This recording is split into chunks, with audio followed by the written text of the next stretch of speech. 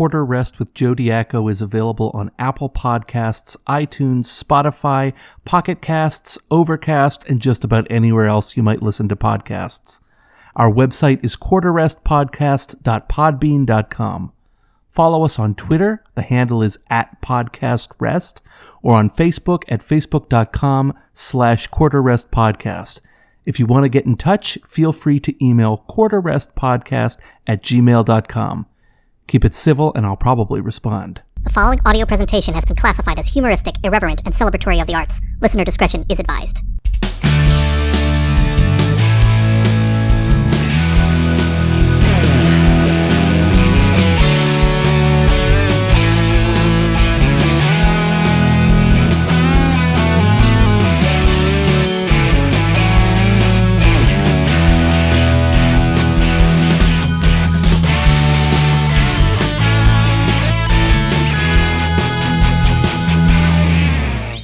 Director of my heart. Hi, and welcome back to Quarter Rest. This week, I interviewed Alex MacNeil. Alex is a friend of mine. He's also a very good guitar player and singer-songwriter. And I wanted to catch up with him to see what was going on with his project, Alexander and the Great Ones. That's his band. We're listening to them right now. You know what? I'm going to just shut up and let you listen. I'll catch up with you when the interview starts. Toodles. Oh, director of my heart, darling of the silver screen, our love is never overlit, and the lens is caked in Vaseline. But show me coming home so lovely in the third act of the day, when the strings trill and you kiss me, all our problems fade away.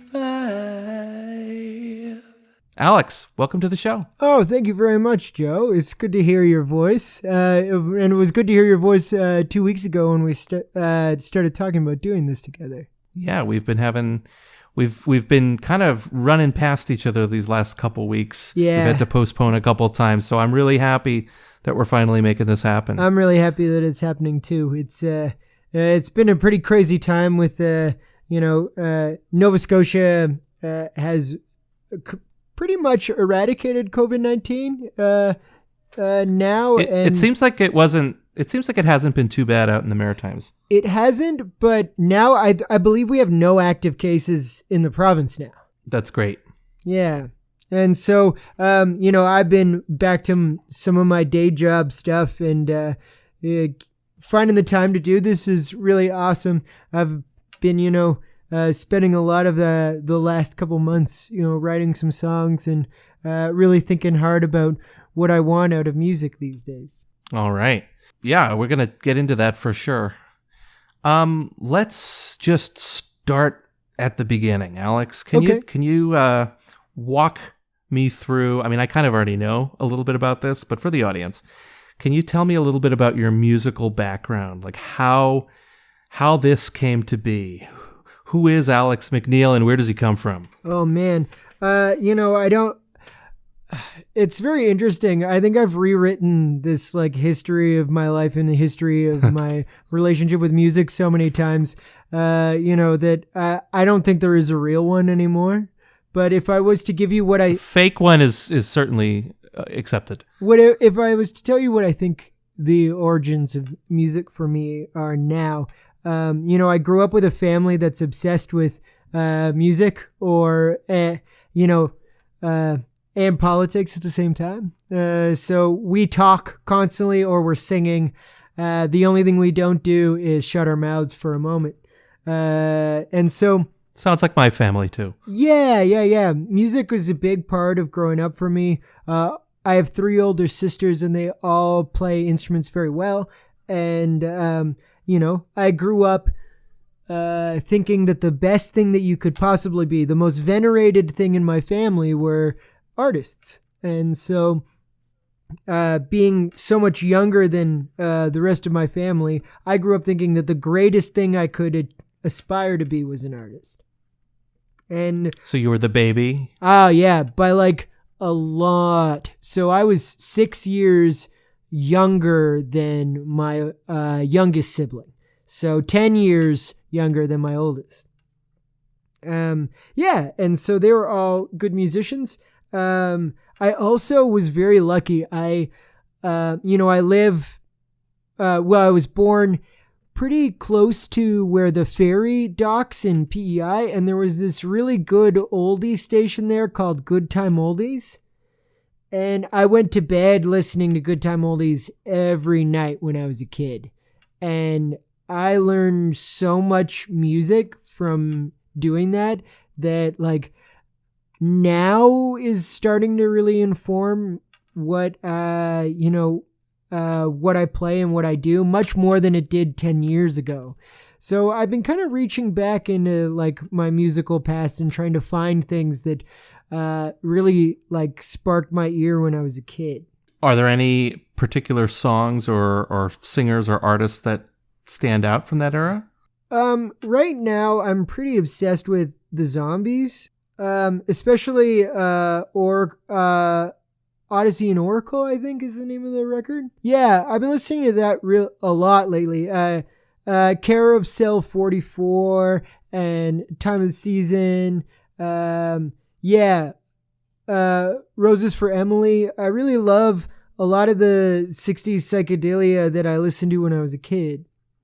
So were they a psychedelic group or were they more of a garage rock? They start as a mod group. Okay. Like pretty... And then move to psychedelia? And it moves to psychedelia in a way that's like... It's really hard. They're so... like... The songs are super well crafted, so they don't have that like psychedelic kind of they could fall apart at any moment feeling. But the types of sounds that they were using were very much influenced by like psychedelic music proper. Do they have like the organ like you have in like the Doors or like whatever the band was that did La Gata da Vida? Iron Butterfly. Yeah, Iron Butterfly. That organ was like a big part of that sound. There's some good organ licks. There's lots of mellotron. That kind of... Oh, yeah, okay. That kind of feeling. And there's lots of really cool harmonies. But they maintain that kind of like mod composure through it, which I find really interesting. I've been listening to the Zombies a lot. I've been listening to like Revolver on repeat lately, I find. And the White Album. Yeah. And then, of course, I've been, listening to 70s Steely Dan quite a bit lately. Any album in particular? Countdown to Ecstasy. I'm all about Pretzel Logic. Oh, have you given that one a go? No, but somebody was talking to me about that the other day. That's a classic. You got to listen to Pretzel Logic. That's a really good one. I will. I'm going to check that out. You've probably heard the song Ricky Don't Lose That Number. Oh, of course, yeah. That was the next single after the song that I'm really obsessed with, which is My Old School. Okay, I actually don't know that one. Oh, that's a bop, like a hard bop. I love it. Yeah, Pretzel Logic is a little bit less of the kind of smooth jazz almost sound that they had later on like Asia, which I don't like as much. To me, I don't know. The peak of Steely Dan for me is Pretzel Logic, but yeah, people who love Aja like want that kind of like Michael McDonald singing backup vocals, very clean production that like they were into at that time. My partner hates that. I can't put Aja on at any point in the day without arising their ire. And I understand why. Yeah, it's too, I mean, it sounds like soft porn music. I mean, it's aggressively clean. It's aggressively clean, yeah. There's a little more grit on Pretzel Logic, so yeah. And I don't know. I need that grit a little bit. I'm really into very smushy sounds lately, and much more like, especially in the drum kit. I love it when I don't feel this separation in the kit as much as you. That's what I just stop liking the sounds of drums. Is in the 80s when I feel like they're miking up all the toms individually.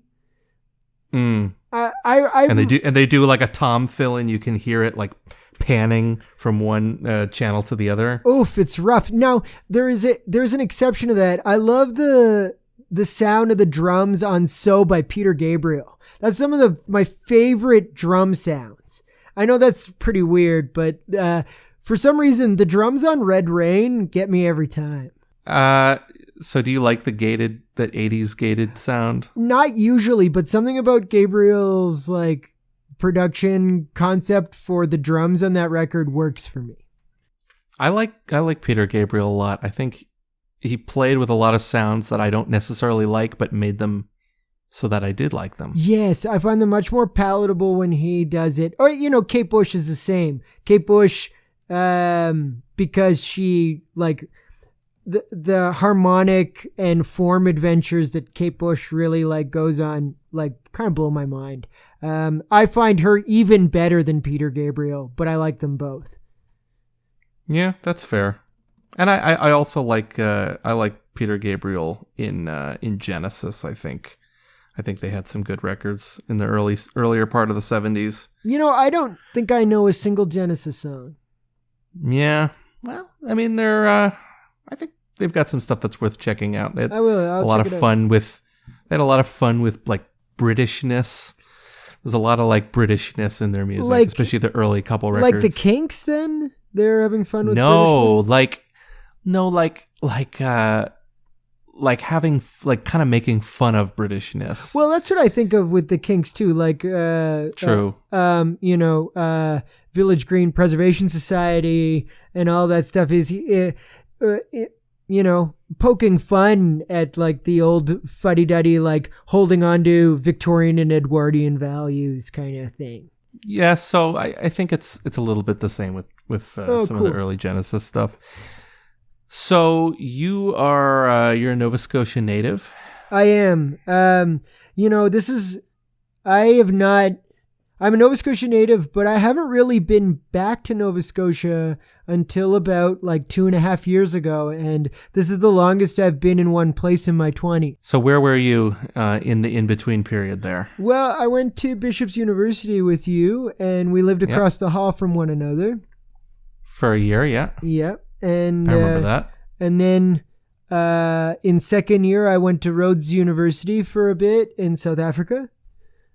And I enjoyed that very much and got to like learn a lot about free jazz and learn a lot about some of the incredible African music. Went to the Standard Bank Jazz Festival in Grahamstown as well as the Cape Town Jazz Festival and took in a lot of the acts that were popular there as well as some of like my favorite jazz acts ever. I got to see Charles Lloyd there and Jason Moran and it was amazing. It was a really. And you were a jazz guy at this point. Oh my God! I lived, breathed, ate jazz. I gave up everything that I thought sounded good before I heard the first note of. I think it was.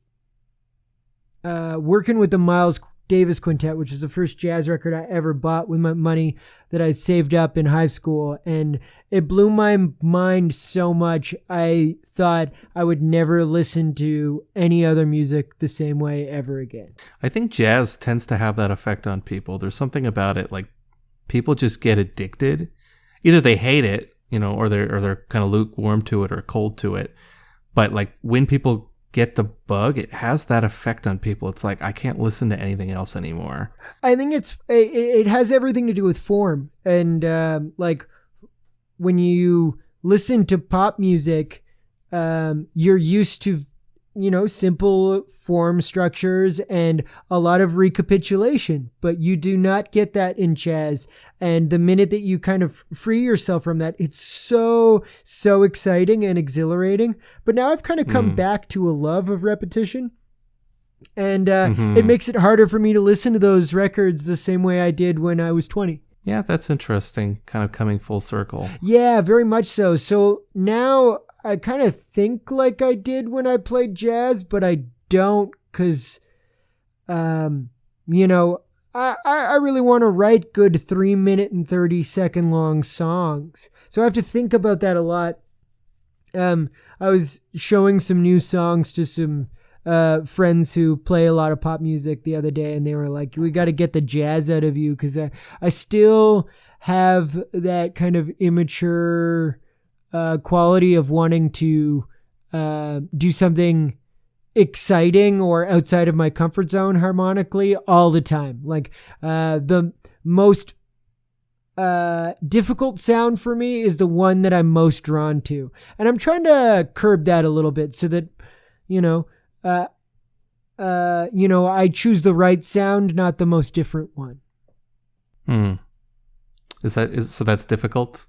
It's difficult to curb that impulse. The itch to be hip is really hard not to scratch, You want to like do the coolest move possible, not the most sonorous one. And I try to balance that. By the time I get to a studio, I'm like thinking, okay, well, does this actually work, or do I just think it's cool because I made a bridge that has like alternating bars of 10 and 11/8 work like the Beatles did? I have to like think about that. See, the Beatles weren't just doing what sounded weird. The Beatles were unusually gifted songwriters, and they made that stuff work. Yeah, it's not just weird, it's also good. And like, if you can give somebody something that's challenging but also like really approachable, that's what hooks my ears now, and I think it's what hooks a lot of people's ears.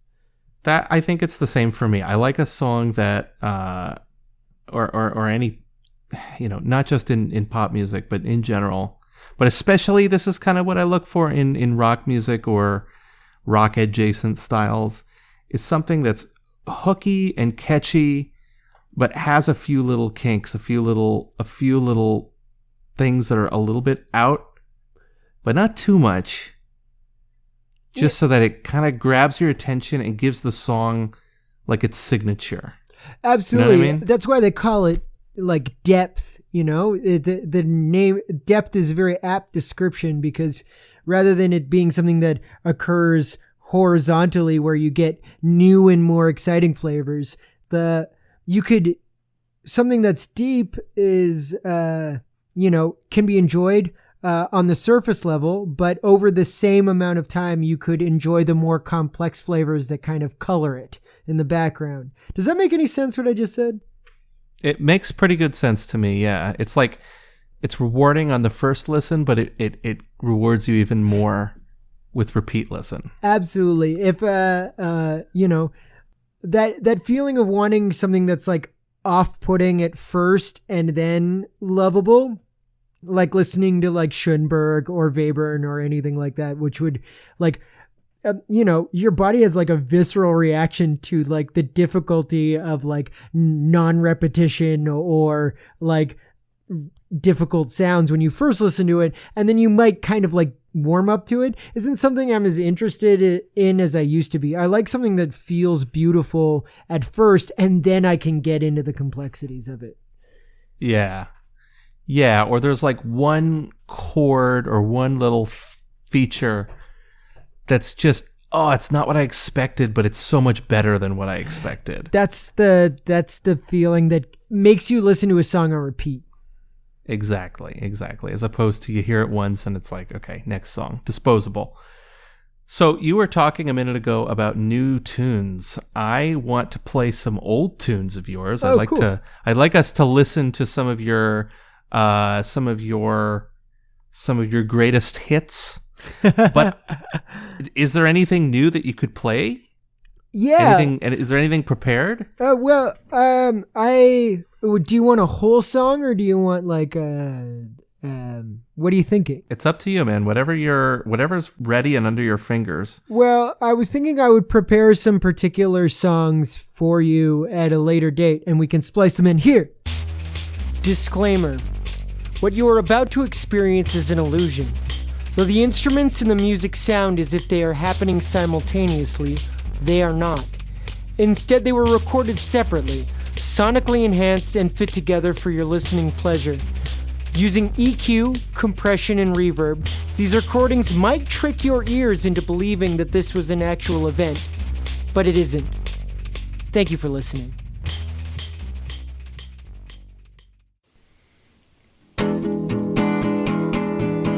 The warmth of your love is like the warmth of the sun.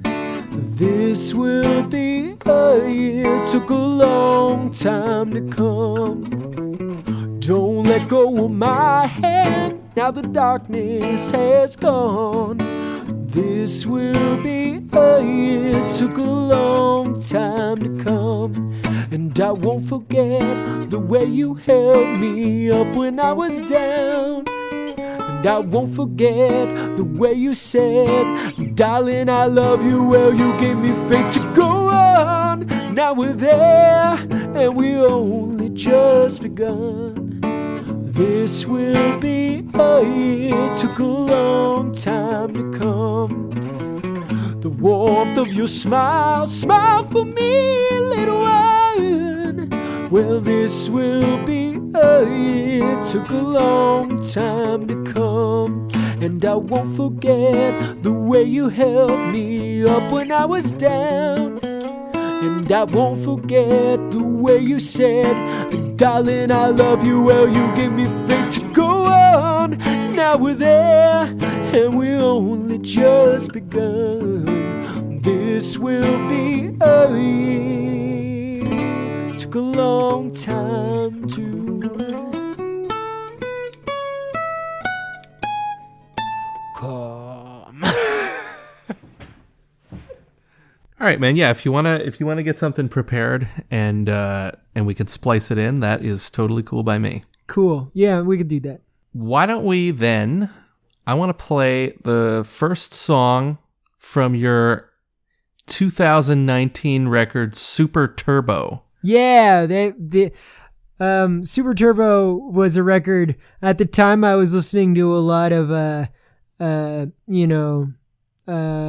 50s kind of girl groupie numbers and some Phil Spector recordings, and as well as like kind of 80s does 50s nostalgia, like Nick Lowe. I'm a huge fan of Nick Lowe. He's one of my favorite songwriters of all time. And so I decided I would write something. Most of the music on there is kind of nostalgia with a twist. So you wanted to do Long Broad Back, was it? Let's do it. Okay, cool.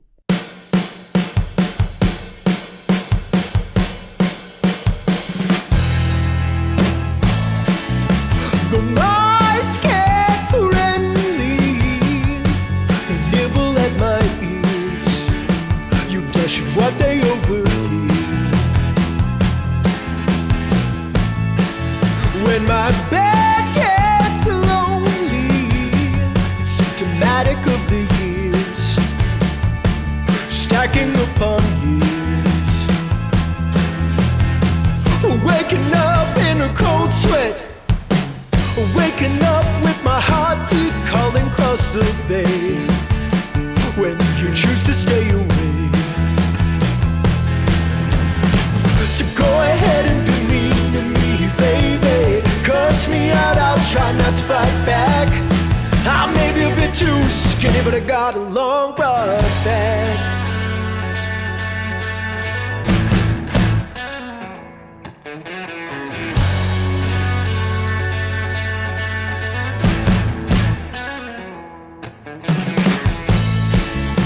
We work too hard, it shows up on our heads. They become a Scotia sad. And we drink too often and always rest too little. No wonder we become so brittle. We're cracking up like ice in the harbor, breaking up these feelings that we harbored now for years, and giving to the tears. But go ahead and lean on me, baby. When you're tired, put your head in my lap. I may be a bit too pretty, but I got a long broad back.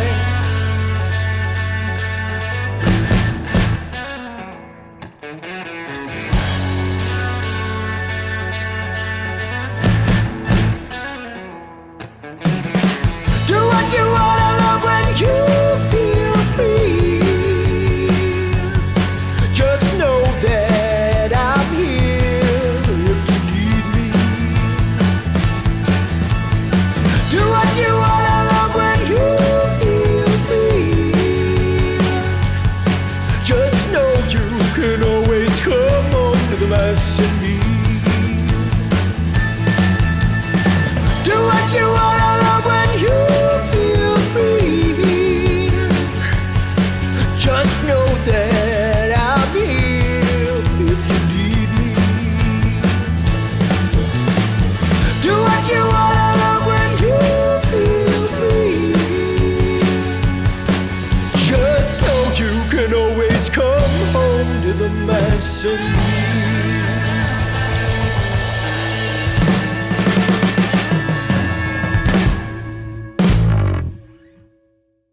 So yeah, I can hear what you're talking about with that song. When did you write this one? I wrote that one in Montreal when I was living on St. Antoine West, just by the Atwater Market. And I wrote it after kind of a big breakup in my life that happened in Newfoundland.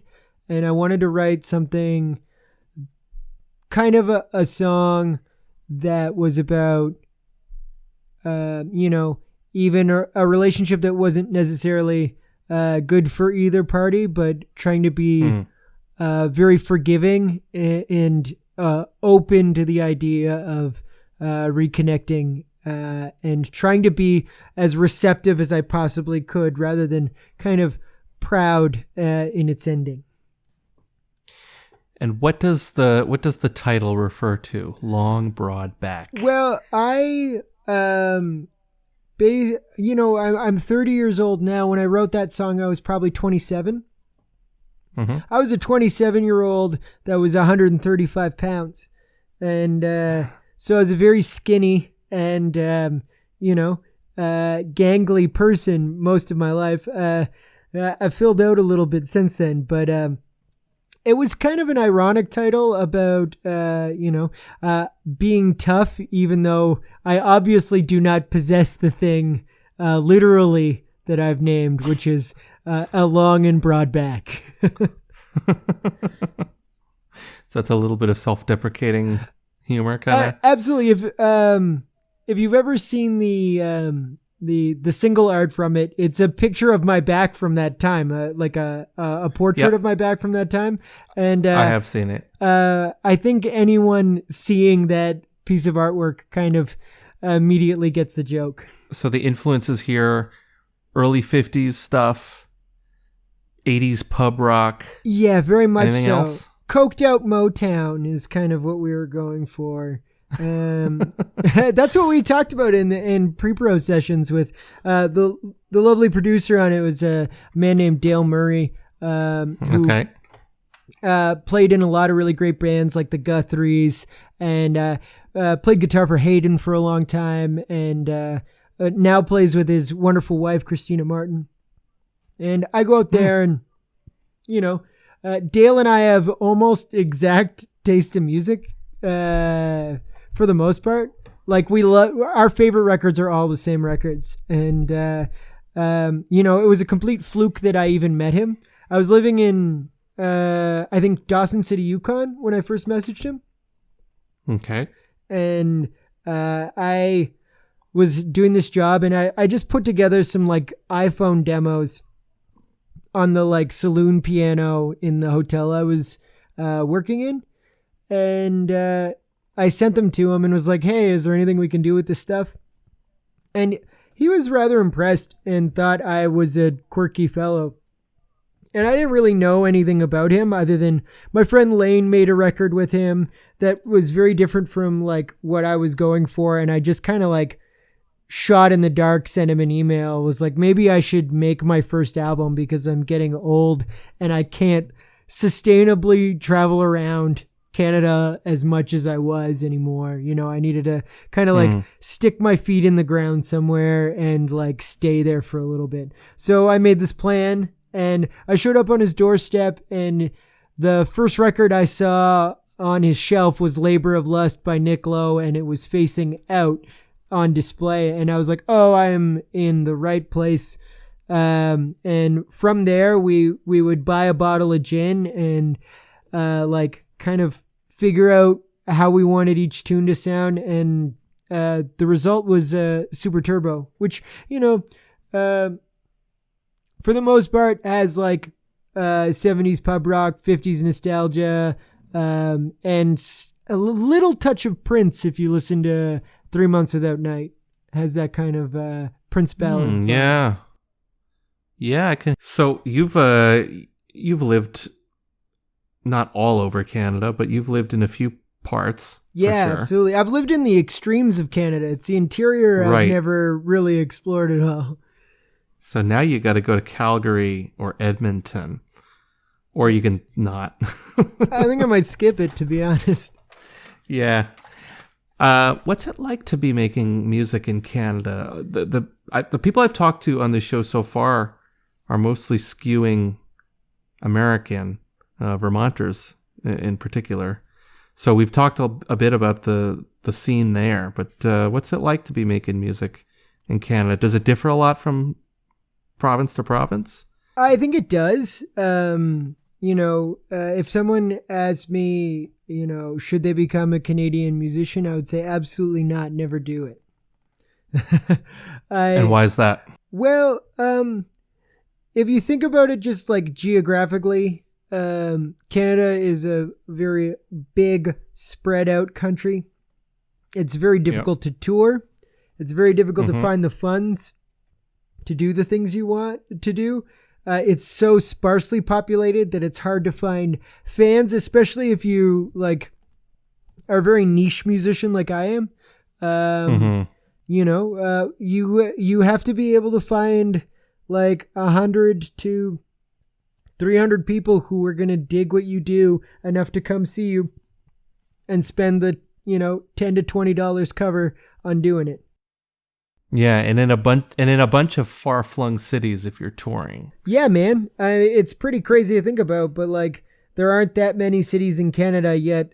I don't know anybody in Vancouver. If I look at my like demographics, which I try not to do, on like social media and shit, nobody knows who I am out there. And you know what? People in the States will probably know who I am before I even ever make it to Vancouver. Yeah, the States is easier, especially the coasts. Dude, where I am in Halifax, it's easier for me to just jump on a plane and go play in Europe than it is for me to go to Vancouver. Yeah, I mean, Vancouver is like a different country almost. It's so far. Like for me to just book a tour of France is easier than going to BC. Like everybody I know who lives in Halifax, that's what they do. I mean, Canada is really, truly a country with a long, broad back. Pick an apple off the tree. Let's cook dinner, what you want is alright with me. I'll spend the night for company's sake, but I haven't got the energy, the buzz on cottage and take. We beg her, just hang around on the floor. Becca says she wants to be friends, and I'm not looking for more. But Becca, when you touch me, fire comes through my pores. Still I only wanna be friends, 'cause being in love is a bore. You give me such generous looks, and we offer ourselves without our hearts on the hook. This romance is just sun through window shade, and reminds me that our melancholy is weapons grade. Rebecca, just hang around on the floor. Oh, Becca says she wants to be friends, and I'm not looking for more. Rebecca, when you touch me, fire comes through my pores. Still I only wanna be friends. Oh, 'cause being in love is a bore.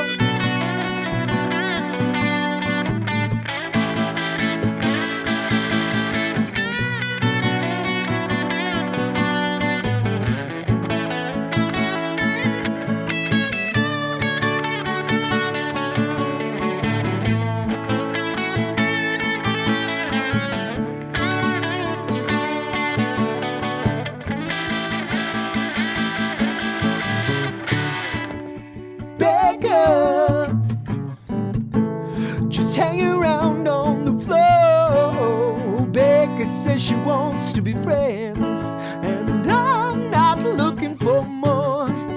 But Becca, when you touch me, fire comes through my pores. Still I only wanna be friends. Oh, 'cause being in love is a bore.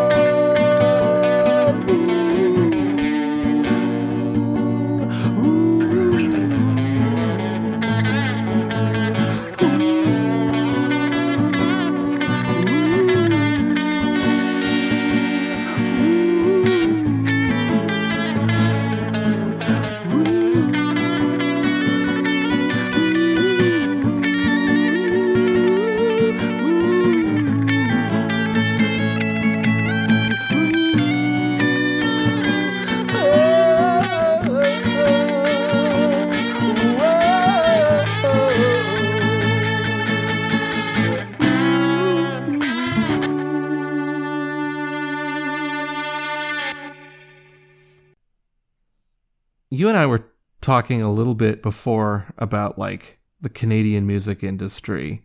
You want to comment on that a little bit? I mean, you were saying some stuff that was off the record, but is there anything you don't mind attributing to yourself? Absolutely. It's a very strange music industry, and I don't always have a lot of love for it. I have a lot of love for a lot of the musicians and some of the industry people, but the overall culture of music, I'm not sure if it's a global phenomenon, because I can only speak to what, like, you know, I have experience with, but it's a pretty cynical scene as far as I know now. You know, not a lot of people particularly interested in just trying to make a song as good as they can.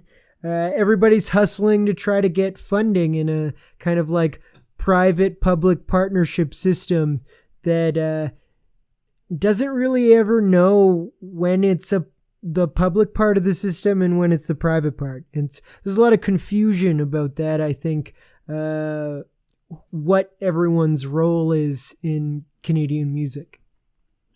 You know more about this than I do, so could you explain a little bit about this public-private partnership? idea, because I think anybody listening to this who isn't Canadian or even a Canadian musician isn't necessarily going to understand the full context behind that. Okay, cool. So the way most Canadian records get made is that there are provincial funding bodies. That would be like a state funding body that gives out money to musicians based upon their applications. I could say, I'm going to make a record in 2022, and the goal of that record is to spend this much money, and this is what I'm going to get out of it, and I'm going to justify it to you. And then I'm going to make you 2 professional sounding demos, and then you are juried by your peers. So the other members of that provincial funding body will, at random, get a smattering of recordings that they have to give a mark to, and the best marks get funded. So that's how provincial funding works in the music industry in Canada. And then Factor is a federal version of those. So, and they handle like federal funding, and usually in much, like they can fund a much bigger projects, like in upwards of like the tens of thousands of dollars range, rather than like $1,000 to $10,000 range. And there's this big thing about Canadian content. CanCon is super important. So can you talk a little bit about CanCon?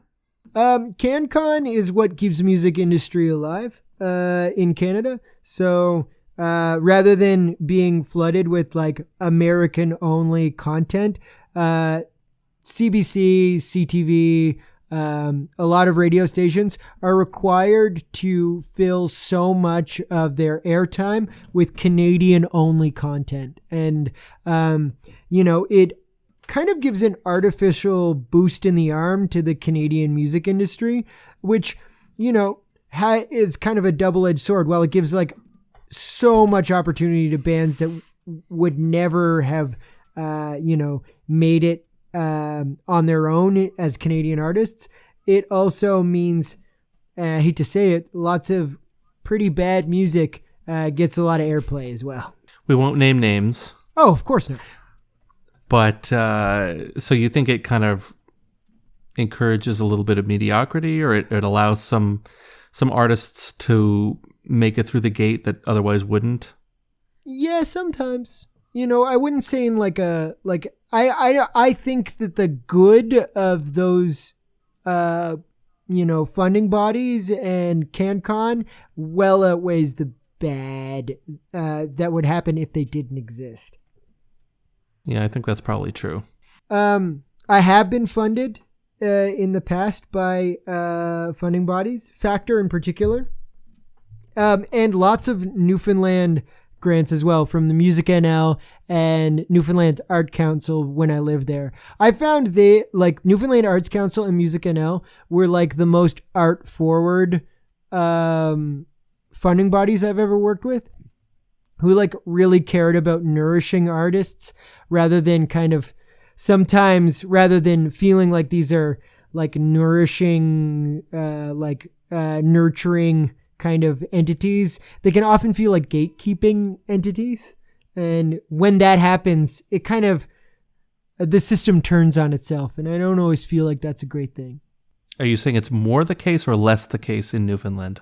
I think it's less the case that they're super gatekeepy. I find they're very arts forward. There's a great songwriting tradition in Newfoundland that I think kind of fuels their perspective on music. Ron Hines irreparably changed the relationship between Newfoundland's general population and how they feel about like challenging songwriters.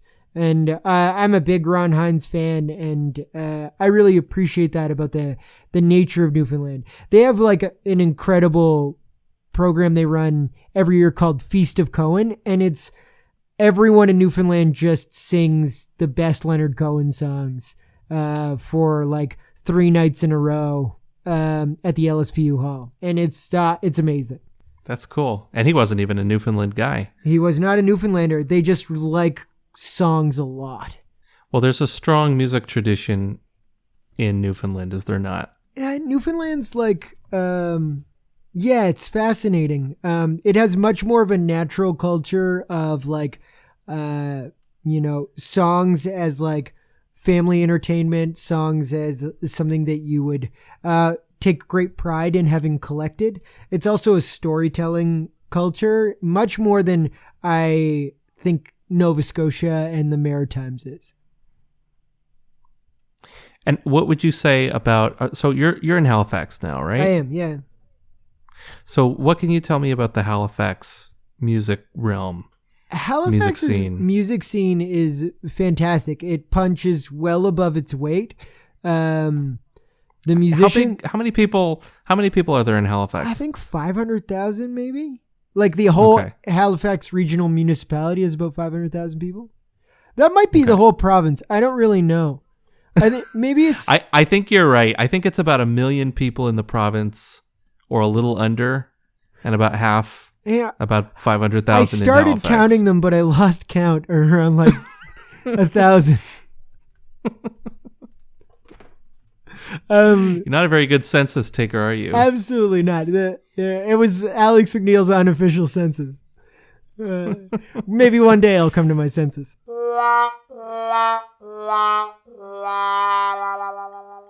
Oh, that was a groaner. Dad jokes. Do you have any like horns to honk or? I'm definitely gonna add something. Like a trombone? I'll find a descending trombone lick and toss it in there.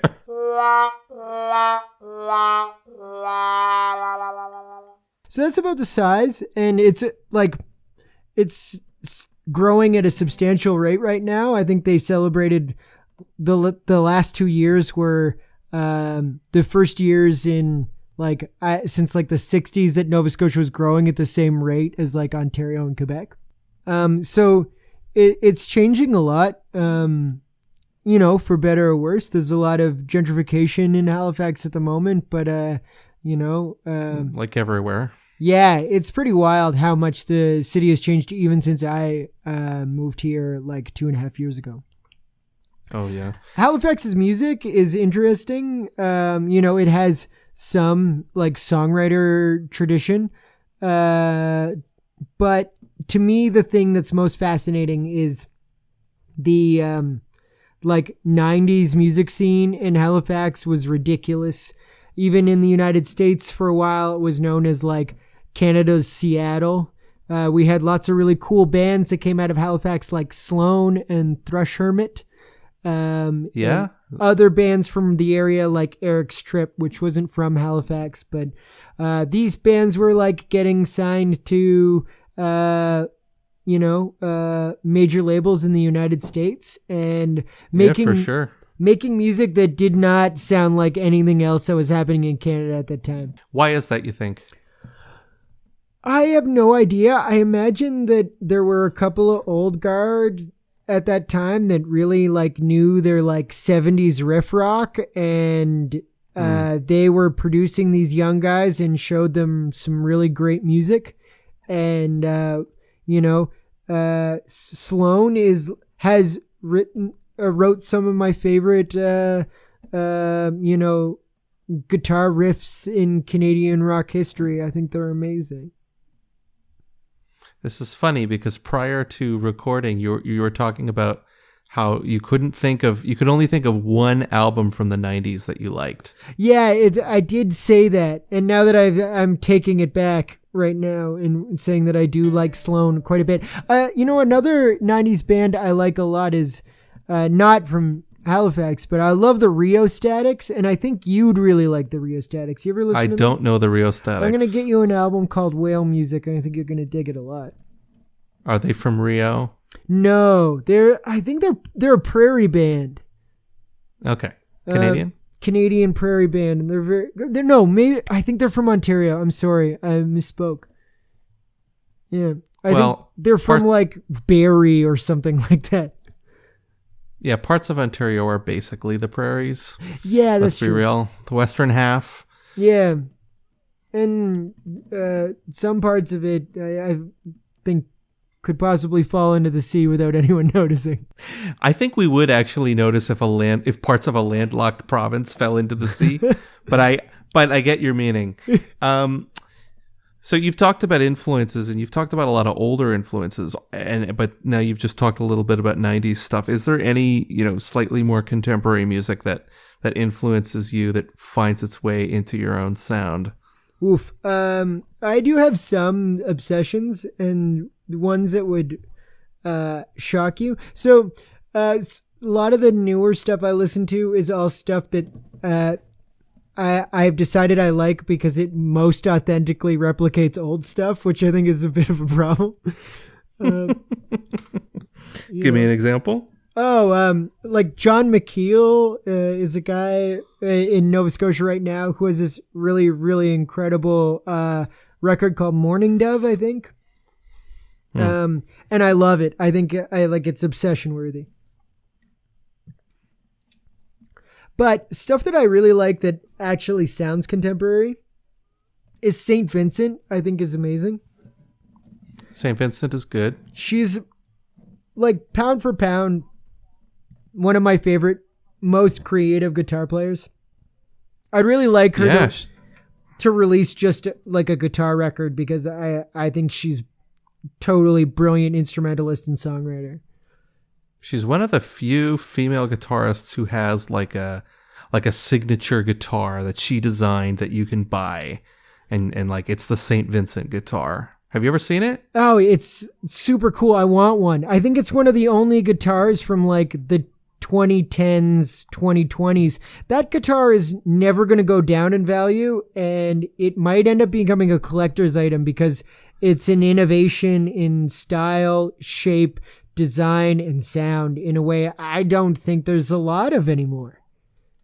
Yeah, I mean, I haven't ever played one, but they look cool, and I like the concept, which is it's smaller, like it's got a smaller profile, and which makes sense. Women tend to be physically smaller, and guitars, like most instruments, are like designed to be played by men, like big wide necks and like big heavy bodies. I mean, even arch tops, obviously, but like it's hard for women to find like a comfortable instrument. I know that was kind of her, and she's also like not the biggest person. St. Vincent and Ernie Ball's decision to do that was tackling a type of like everyday misogyny, and I think that that's really beautiful. Yeah, I think so too. So I think that context is interesting, but it's also like it's a nice looking guitar, and it is kind of a fresh shape and a fresh, interesting, solid body guitar. I think that's cool. I think Anderson .Paak is terrifying in the way that I find like Stevie Wonder terrifying. Like he's so talented it hurts. Like he spooks me that he's as good at everything that he does as he is. I think he's brilliant. I think he's gunning for and will take like the D'Angelo crown as like the R&B like equivalent of like the Beach Boys. He's freaking incredible. So Alex, I'd like to play another song from your record, Super Turbo. Mm-hmm. This one is called Too Young to Be in Less Than 3, but I have a feeling you meant for it to be pronounced Too Young to Be in Love. Yes, I am a big Prince fan, and that was maybe a little homage to his use of unorthodox lettering in his titles. Yeah. Let's give it a listen.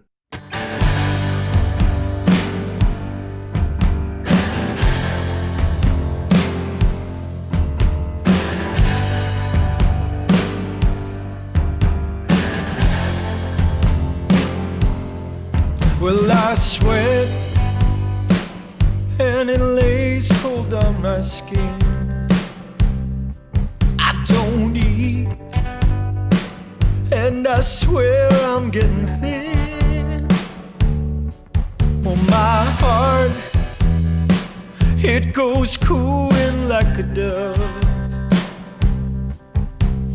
Oh, Cupid, don't you know I'm too young to be in love?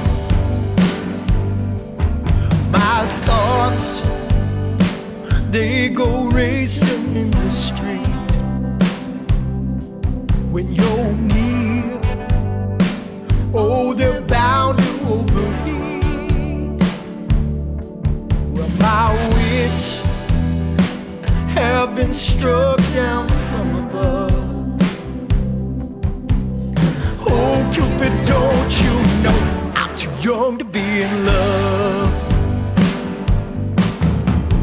Fickle God of love, have mercy on me.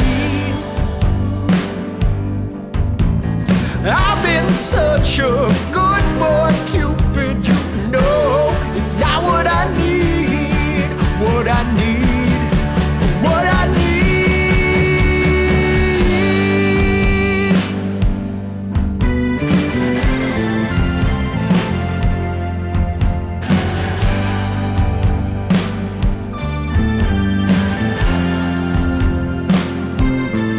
Will the rain goes pitter-patting every day,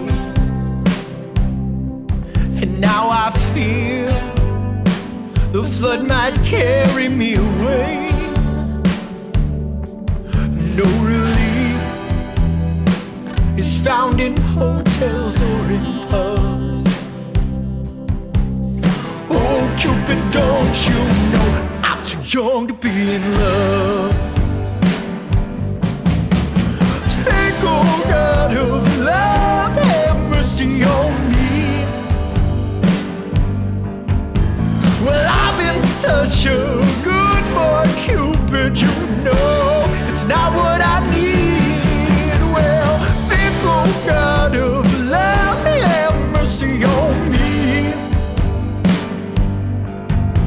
My heart's been broken for so long, oh, Cupid, please let me be. Let me be, let me be. Well, please let me be. Let me be. Well, please let me be.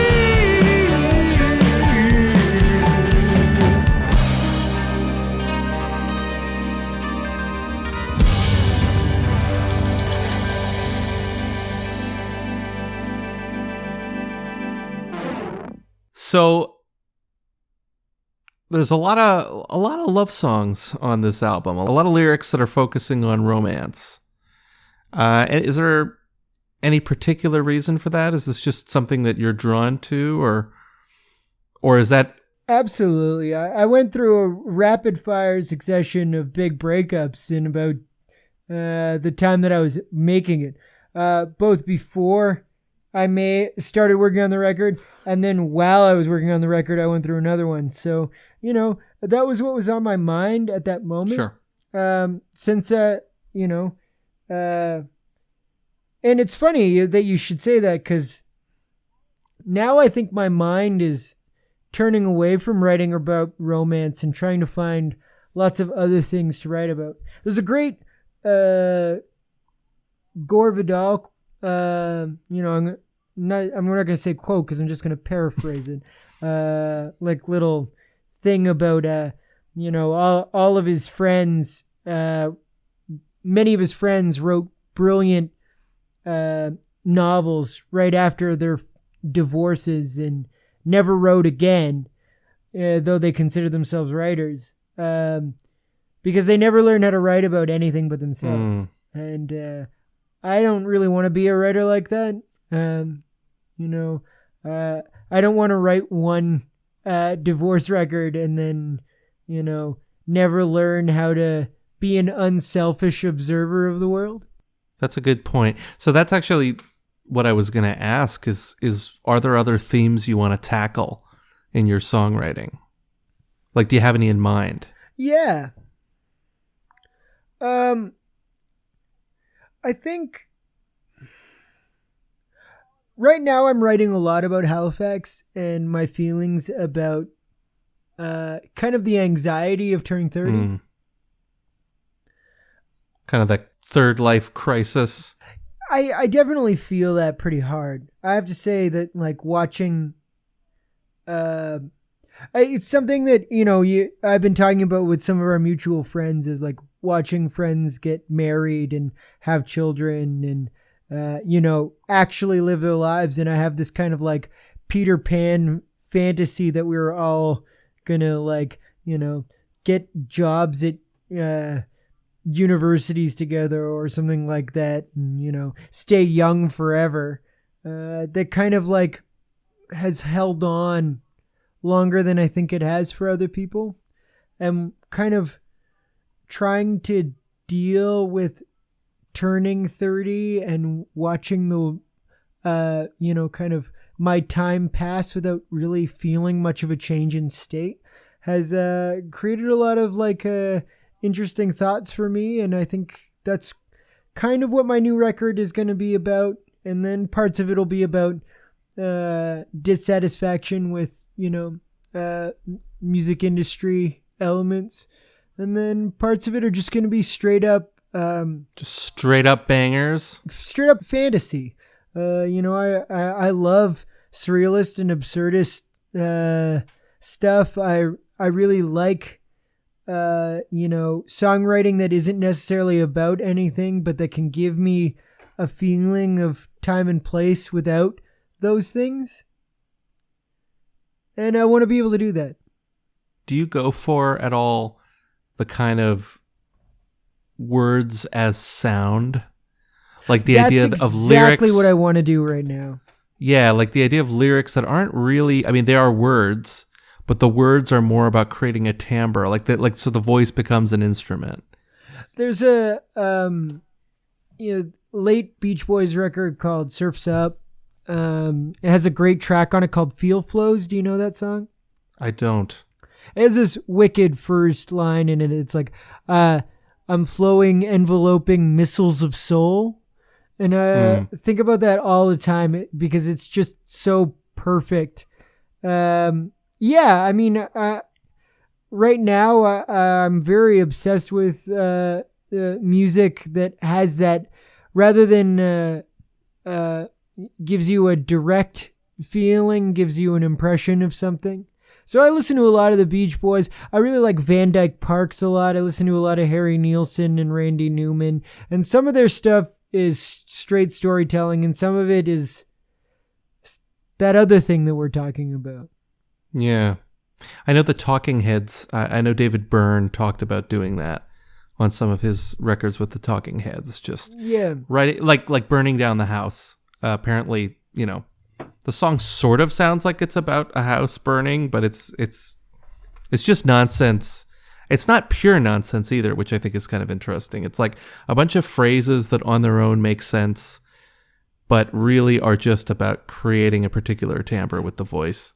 His version of it reminds me much more of a Stax record than it does like an interest in like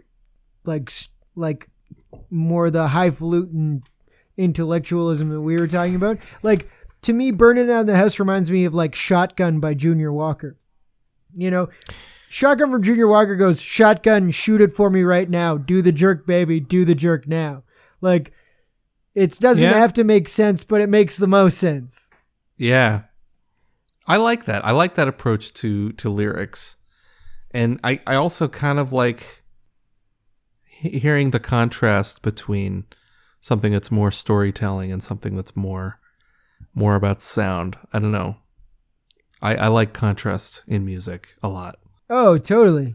Yeah, and I also like, especially, I kind of like sound painting a little bit, but I also like the opposite of sound painting, where you have a contrasting lyric to the sound that you've chosen, that create an interesting juxtaposition, that almost the difference between the way the lyric was treated and the music was treated, create their own meaning that's between the difference between the two. Is there a song you can think of that kind of exemplifies that? Let me see if I can think of one too. I mean, the obvious examples for me are like a lot of Elvis Costello songs, like Oliver's Army, which I don't listen to anymore because it's a pretty problematic piece of music. But what would be another one? His version of the Sam and Dave tune, "I Can't Stand Up for Falling Down," is another really great example of that. Where he took like a really somber lyric and then turned the BPM up to like 140 and then whined incessantly over top of it. I feel like Ween made a whole career out of this. Oh my God. Yes, absolutely. I've been listening to so much Ween lately in preparation for like having this conversation with you. Just because I'm a fan. Yeah, I know you're a fan, and I associate you with Ween. I don't know how to take that, but I'm going to take it as a compliment. When I went to the gym, and when I was showering afterwards, I was listening to Voodoo Lady in the shower. That's a good one. Mm. Perfect shower music. Yeah, because it's got that boogie oogie oogie. So tell me about your new record. Can you remind me of the name? Export Ready. Is this going to be with the Great Ones? Yeah, so the Great Ones don't exist, which is another kind of deep irony in my music.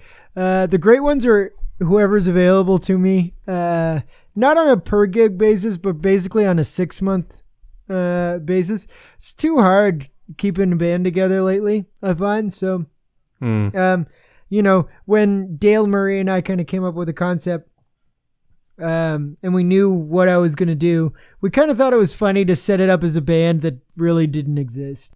Where does the name come from, the Great Ones?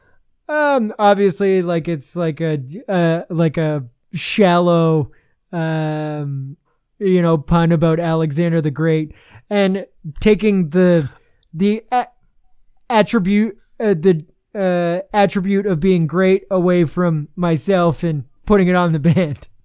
How did I not notice that? Because to me, it really reminded me of like the great old ones from Lovecraftian lore. Oh, that's interesting. You've just kind of spoiled it for me. I'm so sorry. No, actually, I like there's a joke there, and I like it. I appreciate it. There's a nice little twist. But I still like this idea. I still liked the idea of you like on stage playing with these like cosmic squids, these like terrifying beasts from another dimension. I trained them all to play in my band. You got Yog Sothoth on keys. You've got the Cthulhu playing drums. He's got a drumstick in each tentacle. It just works for me. Cthulhu fucking shreds on the drums. I bet. Yeah, I mean, for sure. How could he not?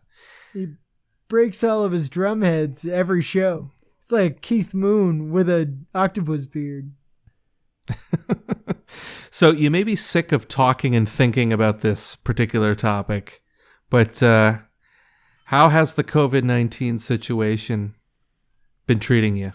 I mean, not to harp on music industry things too much, but all my gigs were canceled and will not return other than like a few solo gigs here and there for the rest of the year. And I'm pretty aware of that. I might be able to get some stuff together by October, and that's really hard. And also like thinking about other musicians whom I love and care about, watching their revenue streams dissipate to nothing because the world of streaming made us give away our record sales for hopes that we would get more people out to shows. And now there are no shows. And now there are no shows. So I think that's that's disappointing. The climate for working musicians who decide that that's what they want to do as their primary source of income is pretty bleak. Yeah, it's depressing, and I've been talking about this with everyone I've been interviewing, and everyone's kind of got their own personal situation going on, but it's just globally, it's a sad thing to have to witness. And it's sad, I think, for everyone. I mean, it's live music brings a lot of joy to people, and it really kind of shits the bed to just have that taken away. Yeah, but I think this is a wicked friggin' opportunity in a lot of senses, since there's no shows happening anyway. I think musicians need to take an active role in advocating for themselves, and not just with the standard Canadian and American unions that we usually are out there protecting us, but we need to decide to not give our music up for nothing, not to allow ourselves to be pushed into a corner over and over and over again by middlemen who make profits off of the labors of musicians. So how do you do that? Right, you have to create a united front, and nobody breaks the strike. I mean, they did it, with the embargo on playing music in Sun City in South Africa, or, in the 1930s, you had the RCA ban. There is a precedent set for musicians drawing a line in the sand of what they're willing to accept as their recompense for what they offer the world. And what would be like the terms and conditions? Like if you were putting together the great industrial musicians of the world, the Super Wobblies. Oh, certainly Spotify and Apple Music would have to change the model for how streaming works. Yeah, it's and I feel bad because I use them, but at the same time I feel like a criminal. Well, not so much when I listen to, the big major label acts. But when I'm listening to someone like you, it's like, shit, man, I should really be paying for this. And this is something I'd like to maybe cover on this podcast at some point. I'm thinking of maybe doing a series where I just rant on a topic. I kind of just want to rant on the over availability of music these days and how it has really cheapened people's kind of estimation of what music is worth. I just think that sucks. Spotify didn't democratize music. It turned all music into music. Exactly. That's exactly it. So maybe I don't need to do this rant because you're kind of doing it for me. But I feel the same way. It's rather terrifying, but the value of a song, or what a song means to us, or a song's lasting power, its ability to transcend even a 2-week period in your life, is so diminished that individual releases are now treated as meaningless. I have people telling me all the time to stop releasing albums and do a single every 3 months. An album isn't just a delivery method. It's an art form. I agree. And I mean, you're right. It's not just a delivery method. It's a medium in itself. Yeah. So, I mean, a record is a total work. Yeah, and I don't really see myself I don't want to be too pessimistic about it. For me, it's just never going to be a thing that I'm really interested in getting rid of. It's how I kind of piece together my interests and how the medium I like to work in. I do kind of appreciate maybe a return to shorter records, like the kind of long EP. Where you have 6 or 7 songs. I do appreciate that we've gotten away from the 1990s, early aughts thing where every record has to have 14 songs and a runtime of 70 minutes. Oh my God. They were just trying to reduce the amount of tape cut on the floor. And I truly think that that's one of the reasons why I don't like a lot of 90s music, because there is too much chaff in the way.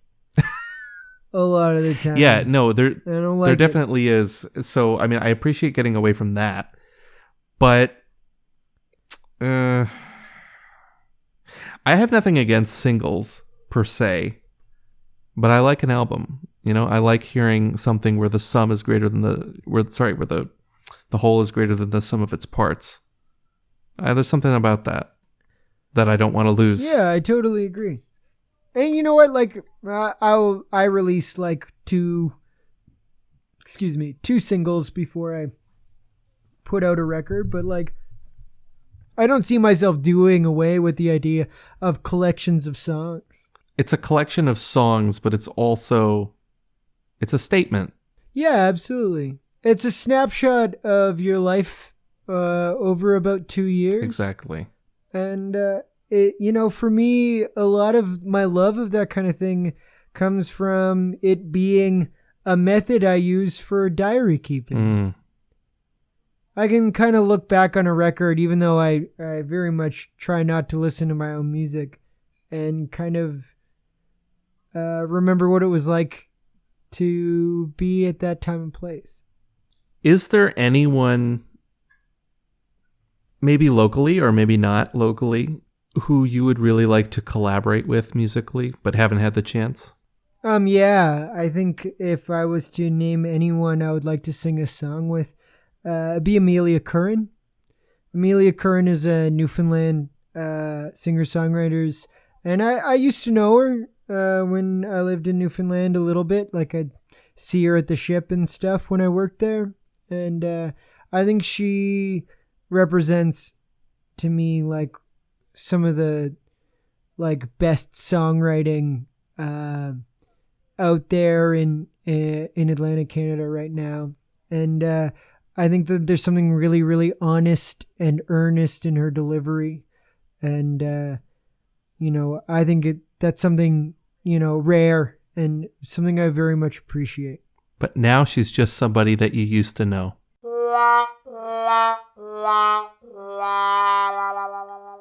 All right, folks. Well, this was this week's episode of Quarter Rest with Joe Diaco. Me being the host, Joe Diaco, and the interviewee sitting across me in virtual time space was Alexander MacNeil of Alexander and the Great Ones. Alex, this was a lot of fun. That was a pleasure. You can find Alex's music on Apple Music, Spotify, and anywhere else? Pretty much anywhere. I didn't know it, but I also have music on Google Play, and every once in a while I'll get a purchase from a random like a streaming service that I've never heard of before. So check it out, listen to his music, stream it if you want, but if you're a good person, you'll purchase it. Which I probably shouldn't say No! Because I haven't purchased it either. You can find my music under a rock, hidden in a cave, somewhere in the Appalachian Mountain regions, and only the worthy may draw it from the stone. Alex, thank you so much for being on. It's my pleasure, Joe. It's good to hear from you again. And by golly, that's our show for this week. Thank you so much to Alex MacNeil for agreeing to the interview and for letting us play his music. And a big thank you to you, the listener, for tuning in. This episode was edited by me, with music written by me, with me on guitar, Brian Duda on bass, John Martin on keyboards, and Ian Kohler on drums. Have a good one, folks. Have a great week.